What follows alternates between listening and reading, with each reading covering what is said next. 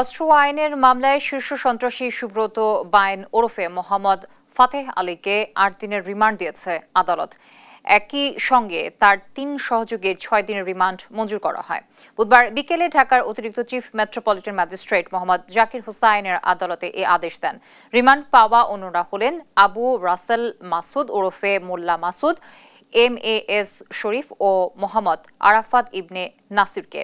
বাংলাদেশ সেনাবাহিনীর বিশেষ অভিযানে ২৭ মে সকালে সুব্রত বাইন ও মোল্লা মাসুদকে গ্রেফতার করা হয়। পরে তাদের দেয়া তথ্যের ভিত্তিতে রাজধানীর হাতিরঝিল এলাকা থেকে গ্রেফতার করা হয় তাদের আরও ২ সহযোগী শরীফ ও আরাফাতকে।